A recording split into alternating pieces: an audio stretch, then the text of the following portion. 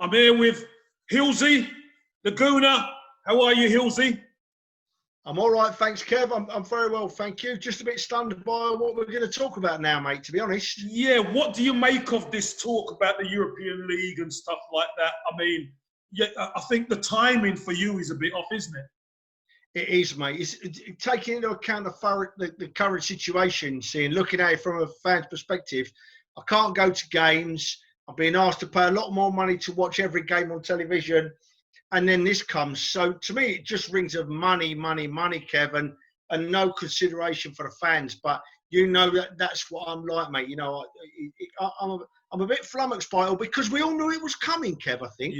Yeah. But I didn't expect it now. Not in the current climate. No, not at all. Hillsy, do you know what? I truly think that the monster that is the big clubs now, because there's been no fans, it's kind of accelerated this talk of league. They've obviously been talking about it in the background, Hillsy, because you just don't come out with it now unless you've been talking. So we've known it's been coming slowly, but the COVID situation and the fact that these clubs are hemorrhaging money has accelerated it forward. And again, do you feel that the normal fan is going to miss out, Hillsy? Oh, from my perspective, undoubtedly, mate, because I go to every game, you know, as you know, European aways and aways all over the UK. And it'll be a big challenge if we're playing, if what we hear was right and we're playing in an 18-team European League, then that is a lot of overseas trips. And it's not just the planning of the trip, you know, these people that run the airline companies, that run the European train travel, they know exactly when you've got to be travelling, mate, and then prices, they go through the roof. Yeah, I know. £9.99 Ryanairs when you're playing away in Europe, mate, you know, so it's a massive thing for the fans, mate. Yeah, and especially at the timing where people are losing their jobs. All of a sudden, this European League, talking about a European League, I mean, this to me, Hillsy, smells of, obviously it's about TV revenue and global revenues, because it's not about fans. No, it's not about fans at all, mate. It is about fans in a way, but it's not about the fans going to the ground anymore. It's not domestic. It's about the fans watching on the telly, you know. I always say that clubs, I've said recently that clubs at the very top level are getting by without us fans now in the Premier League. They've shown it, they've proven it. But if you look at it from another perspective, they still need us, Kev, because they still need us paying our subscription to the TV channel. So they do need the fans in a different way, you know. And that this is all they're wanting to do, mate. They just think we're not going to have British fans. We're going to have fans from all over Europe, all over the world.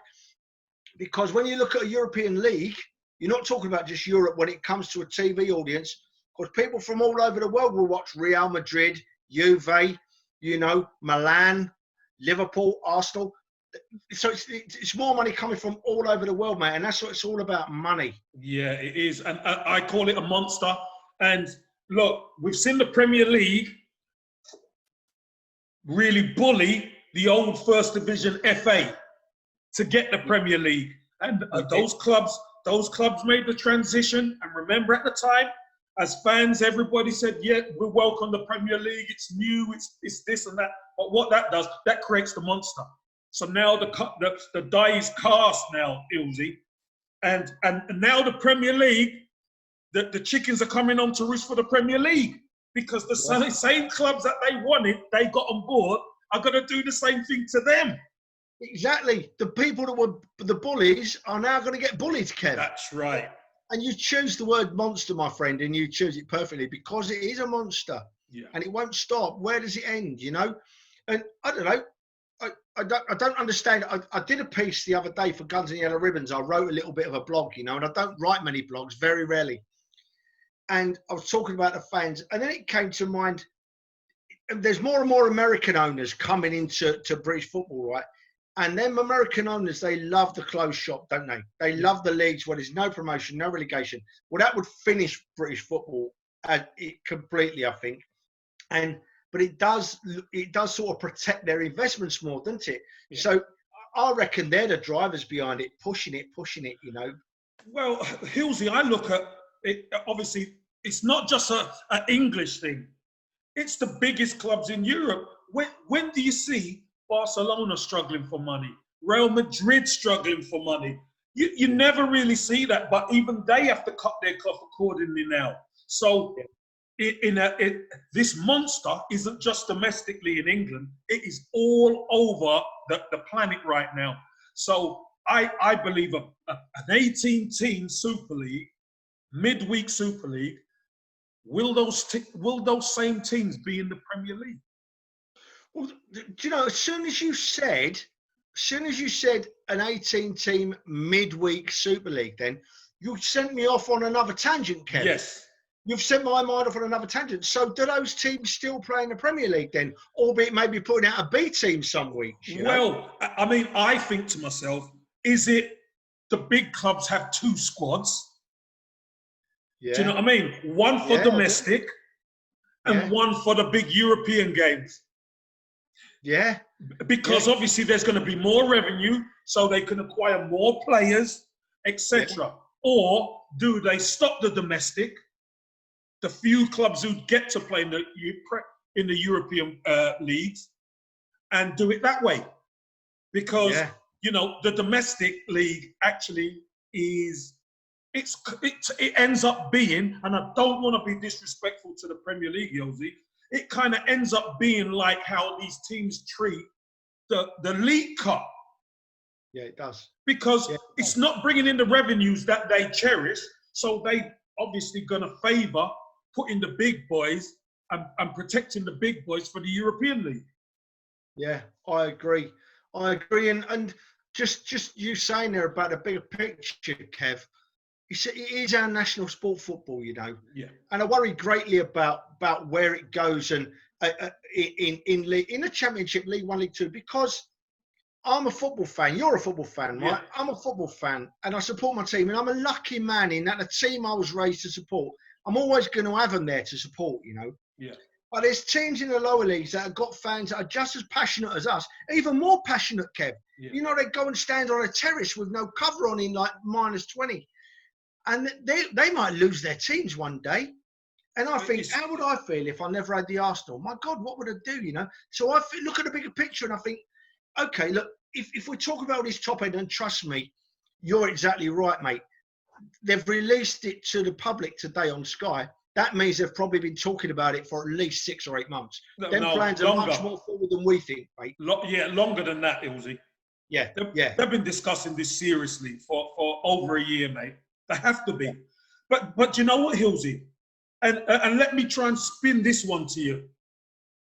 I think it might be the actual saving grace for the English game. Believe it or not, because, okay, let's say you take out the big 5 or 6 out of the Premier League. They go and swan off into a European league. Yeah. Now you've got a Premier League where everybody can win. Yeah, true. You know what I mean? It's more parity to it, because the rich will always get richer, Hillsy, and the rich will always want to dictate. But if they go off swan off into a European league, the Premier League now is more. It's more like the Championship kind of thing, where everybody could beat anybody, and if you have a great season, you could be at the top and win the Premier League. Will the Premier League be as good a spectacle? We might even be able to get back to 3 o'clock kickoffs on a Saturday. Oh, wow. Tell me, would I like that? Yeah. You understand what I mean? So, I do, mate, I do know what you mean, because I know exactly what you mean. And because before the start of the season, you try and tell me how many clubs in the Championship can win the Championship. You could probably name a dozen teams or more. That's right. That could win the Championship. When it comes to the Premier League, I know we've had shocks in the past and we'll have shocks in the future, but you can normally get it down to 3 or 4, to be honest. You know? Yeah. Got a competition club. Yeah, you're right. The Championship, anyone could win it at the start of the season. You know, you can make a case. Yeah. For most teams having a go. Yeah, I agree. Yeah. But also, Hillsy,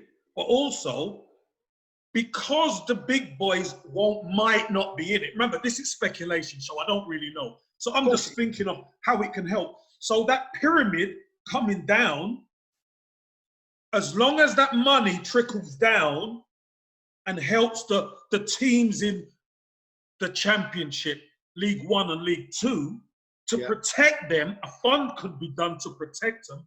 If it's for the good of football, listen, I'm all for it. If it helps them. Yeah. Even down into the non-league. Mate, I agree. Yeah, I agree. If you're going to have a plan for football, to go into Europe, you've got to make that plan bigger and make it cover all of football. You see, my local team, Skegness Town, Kevin, right? They play, I don't know, I don't know what it is, level 6, level 7, level 8, I'm not sure. But they've got their own ground, a new ground, and they all work their hardest to build. They built the ground themselves, right? It's a lovely little stadium. And the thought that all those people's hard work could be ruined because football shrinks what it does is horrible, mate. Yeah. As I said, everybody deserves, it's a national sport, you know. So if we're going to go up into European League, it's going to happen if it's on Sky now, I would think. We've got to look at the big picture and protect our game. You know, in my 100%. Those non-league teams are special. Listen, Radcliffe FC and all that. I've been there. I know the club. Fantastic club. Bernard Manning Jr. and all the guys there are absolute fantastic fan base, fantastic area. Needs football. It does. It will break people's heart that if they get cut off, and we don't want that, because those stories of teams building up and then getting into the league, we've seen it happen with Salford, who got funded, but they still have to do it, Hillsy. Yeah. So you know, I'd love to see the plan. If there is a plan to help football, listen, I'm all for it, because at the end of the day, there is a bigger picture. But if it's just the elite clubs running off into Europe with no legacy plan, no. I disagree with that. Absolutely. Those people work so hard at lower level. They have to, because that's the only way their teams survive and progress.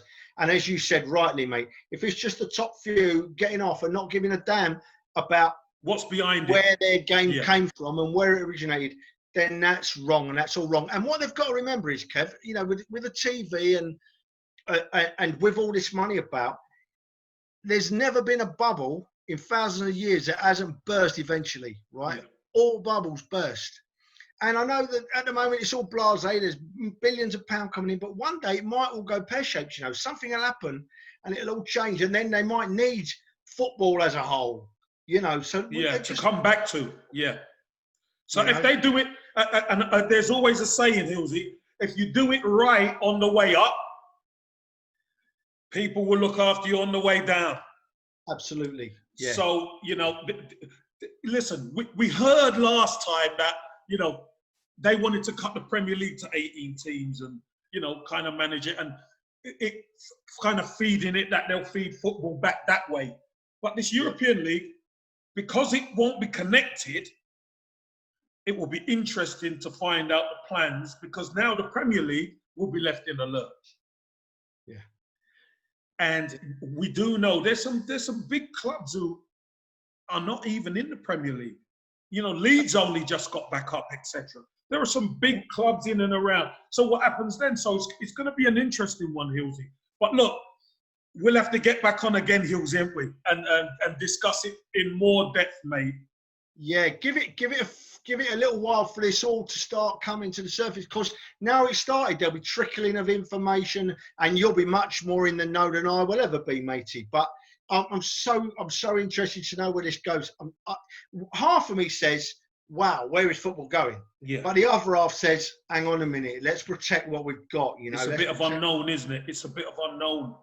And you know, we say about big clubs as well, Kev. This Premier League season, this one now, I know there's no fans presence. That's a big leveler. Looking in now at that Premier League, Kev, I reckon there's 10 teams that could win it at the moment. I've never seen the Premier League so open. Your Blue Nose boys are flying. Hillsy, I'm telling Hillsy, the key to it is how many Premier League teams can actually move into the European League. Well, because there's going to be teams who miss out.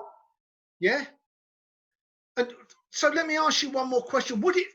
In your opinion, would it be, do you think there'd be some kind of promotion and relegation to a European League? No way. No, I didn't. No chance. No, so it's a closed shop. Yeah, because you think about it.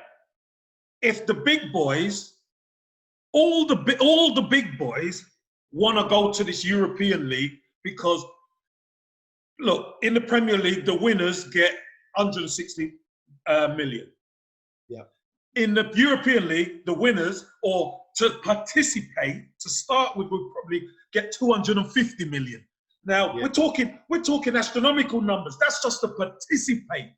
Just to start, yeah. Just to start. So it's huge. So the Premier League cannot compete with that. No. But what do the Premier League do? Because the Premier League, a lot of the fan base around the world are interested in the big clubs. Not saying the smaller clubs or other clubs don't get, but that package will not be as big because if the likes of Man United, Liverpool, Arsenal, or etc. leave, then the spectacle, so-called spectacle, isn't the same. But as a league, it is still saleable because everybody loves the Premier League. The league will not change. So then the Premier League they've got some work to do in selling it, haven't they?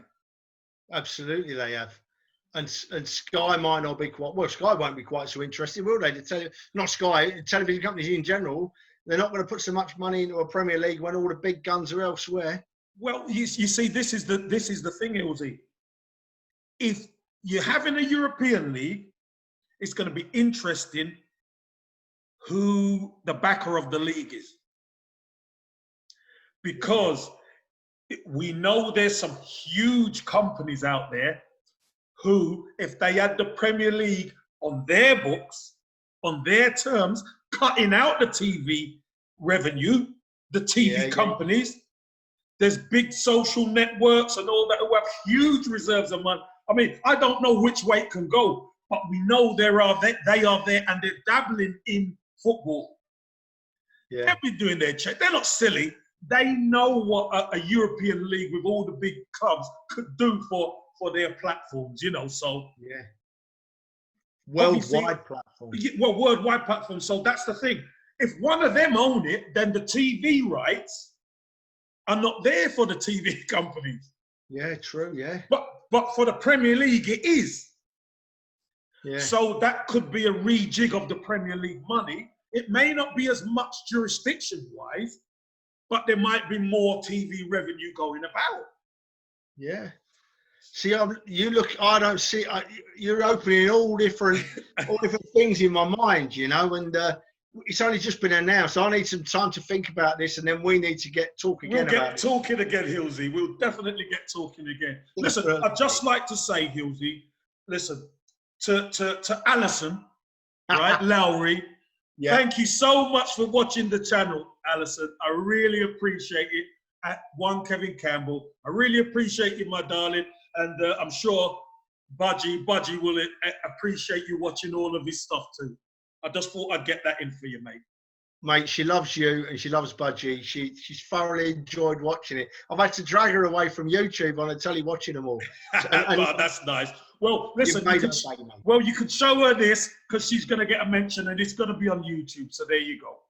All right then, pal. I'll catch you again soon, Hillsy. Take good care. I hope so. And you, mate. And you take care too. Cheers, Hillsy.